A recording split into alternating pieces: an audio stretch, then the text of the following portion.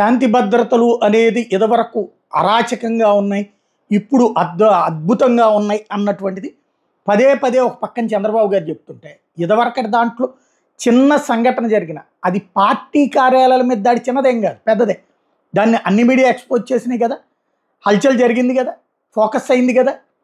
But ఇవాళ రోజున తాజాగా జరుగుతున్నటువంటి సంఘటనలు ఏదైతే మొన్న కొట్టుకున్నటువంటి సంఘటనలు, ఏది పొన్నూరులో నడి రోడ్డు మీద కొట్టి చంపినటువంటి సంఘటనలు, అట్లాగే వాళ్ళ బ్రదర్ని కొడితే ఆ కొట్టినటువంటి తన్నులు తిన్న వ్యక్తి మీదనే కేసు పెట్టినటువంటి విచిత్రమైనటువంటి అంశం ఒకటైతే, ఇప్పుడు ఎక్కడికి పోతున్నది అసలు రాష్ట్రం అన్నదే ఆలోచించాల్సినటువంటి అంశం. ఎందుకంటే ఇలాంటి సంఘటనల్ని క్రమంగా లైట్ తీసుకోవడం, ఏదైతే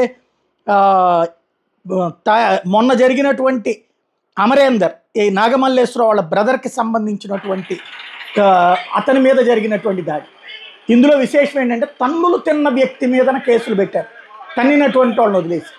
ఇది ఒక ఆస్పెక్ట్.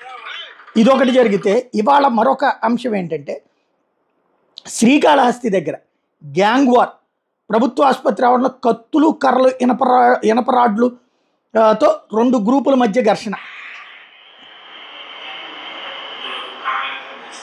ఏమనాలి ఈ సంఘటనల్ని?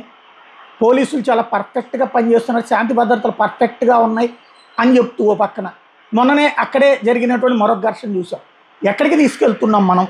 విషయాలు కంట్రోల్లో ఉంటుందా? పెద్దోళ్ళ వ్యవహారాలంటే ఓకే, కింద స్థాయిలో కంట్రోల్ ఎందుకు తప్పిపోతుంది ఆలోచించుకోవాల్సి ఉంది.